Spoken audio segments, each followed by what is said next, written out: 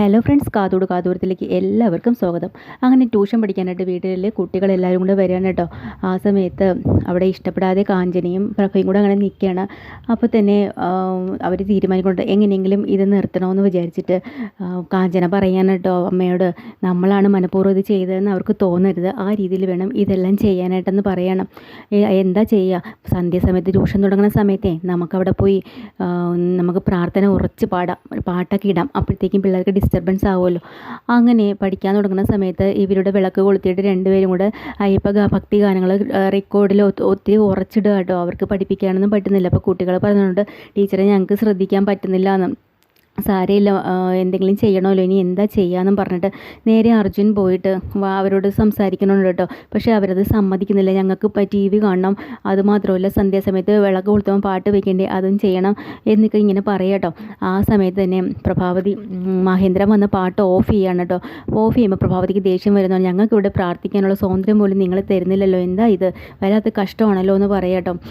അങ്ങനെ ഇപ്പം നീ പാട്ട് വെക്കണ്ടേ, ഇവിടെ കുട്ടികൾ പഠിക്കുന്ന കണ്ടില്ലേ, അത് കഴിഞ്ഞിട്ട് മതി, ഇല്ലെങ്കിൽ ഇതൊന്നും പതിവുള്ള കാര്യമില്ലല്ലോ, ഇവിടെ പെട്ടെന്ന് എന്താ ഒരു ഭക്തിയും പ്രാർത്ഥനയൊക്കെ, നമുക്ക് തോന്നുമ്പോൾ നമുക്ക് ചെയ്തല്ലേ പറ്റുള്ളൂ എന്നിങ്ങനെ പ്രഭയും കാഞ്ചനും കൂടെ പറയട്ടോ.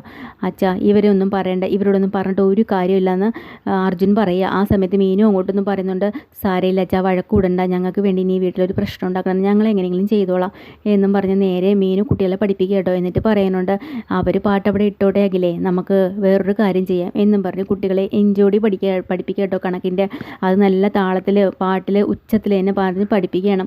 അങ്ങനെ കുട്ടികളെ പഠിപ്പിക്കണം. അവർ രണ്ടുപേരും കൂടെ രാത്രി ആകുമ്പോഴത്തേക്കിനും അർജുനാണെങ്കിലും മുറിയിലിരുന്ന് ചിരിച്ചുകൊണ്ടിരിക്കുകയാണ്. മീനു നേരെ റൂമിൽ ചെല്ലുമ്പോൾ ചോദിക്കുന്നുണ്ട്, എന്താ അർജുന ഇങ്ങനെ ചിരിക്കുന്നത് ഒറ്റയ്ക്കിരുന്ന്?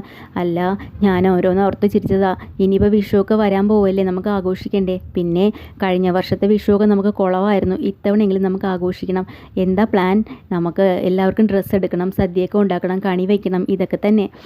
പിന്നെ ഗൗതമിനുള്ള കാര്യം അത് ഒന്നും അഖിലയ്ക്കുമുള്ള കാര്യങ്ങളും വീട്ടിലും എല്ലാവർക്കും ഡ്രസ്സ് എടുക്കണം, അതൊക്കെ അവരുടെ കാര്യം അവർ നോക്കിക്കോളും എന്ന് മീന് പറയട്ടോ. അപ്പോഴത്തേക്കും അർജുൻ പറയുന്നുണ്ട്, അതിന് അവർക്ക് ഇവിടുന്ന കാശ് ഏത് നേരം അവൻ വെള്ളത്തിലും കരയിലും അല്ലേ, അങ്ങനെയൊന്നും അർജുൻ പേടിക്കണ്ട, അഖില മിടിക്കുക, അവൾ അവനെ കൊണ്ട് എങ്ങനെയെങ്കിലും കാശ് ഉണ്ടായിപ്പിച്ചോളും എന്ന് പറയട്ടോ. അങ്ങനെ അവർ സന്തോഷത്തിലിരിക്കുകയാണ്. നമ്മുടെ അതുപോലെ തന്നെ ഗൗതം ഇങ്ങനെ വല്ലാണ്ടിരിക്കുമ്പോൾ അഖില ചോദിക്കുന്നുണ്ട്, ഇന്ന് കുടിച്ചിട്ടൊന്നും ഇല്ലേ, വല്ലാതെ ഇരിക്കണമല്ലോ, എന്ത് പറ്റി?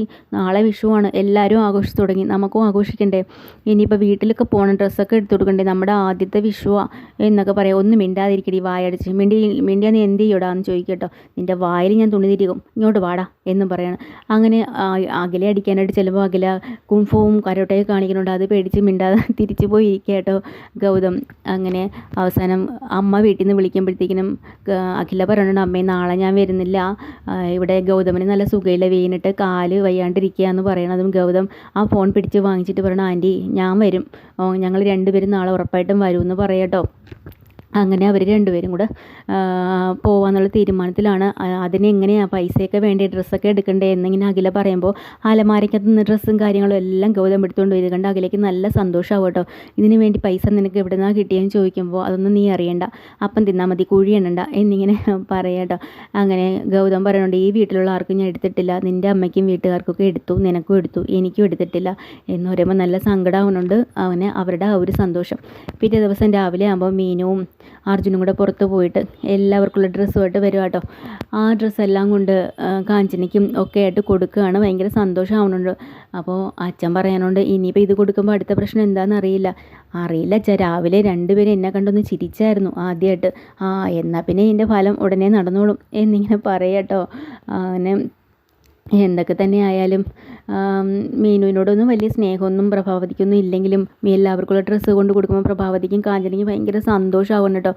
അങ്ങനെ അച്ഛനാണെങ്കിൽ പറയുന്നുണ്ട് നീ കൊടുക്കാൻ. അങ്ങനെ നല്ല സാരിയൊക്കെ വാങ്ങിച്ച് പ്രഭാവതിക്ക് കൊടുക്കുമ്പോഴത്തേക്കിനും പ്രഭാ പറയുന്നുണ്ട്, നല്ല സാരി എനിക്ക് ഇഷ്ടമായി, നിനക്കൊന്നും എടുത്തില്ലേ മീനുവും ചോദിക്കട്ടെ. അപ്പം മീനു പറയുന്നുണ്ട്, എനിക്കും എടുത്തിട്ടുണ്ട്, കാണട്ടെ നിൻ്റെ സാരി. അങ്ങനെ അത് വാങ്ങിച്ച് നോക്കുമ്പോൾ അതിനൊരു 2800 രൂപ വിലയുണ്ട്.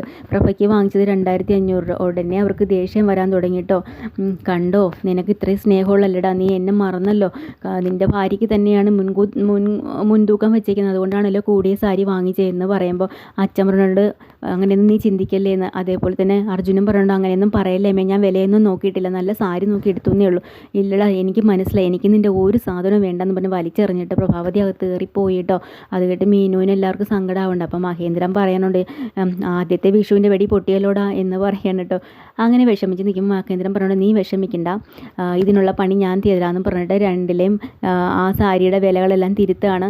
പ്രഭാവതിക്കുള്ളത് കൂട്ടി എഴുതിയിട്ട് അതുപോലെ മീനുവിനുള്ളത് കുറച്ചും എഴുതിയിട്ട് പ്രഭാവതിയെ കൊണ്ട് കാണിക്കുകയാണ് കേട്ടോ. അപ്പോൾ പ്രഭാവതിക്ക് വീണ്ടും സന്തോഷമാവുകയാണ്. ഇന്നത്തെ എപ്പിസോഡിൽ പുതിയൊരു എപ്പിസോഡുമായി വീണ്ടും വരാൻ. ചാനൽ ഇഷ്ടമായി ലൈക്ക് ചെയ്യുക, ഷെയർ ചെയ്യുക, സബ്സ്ക്രൈബ് ചെയ്യുക. Thank you.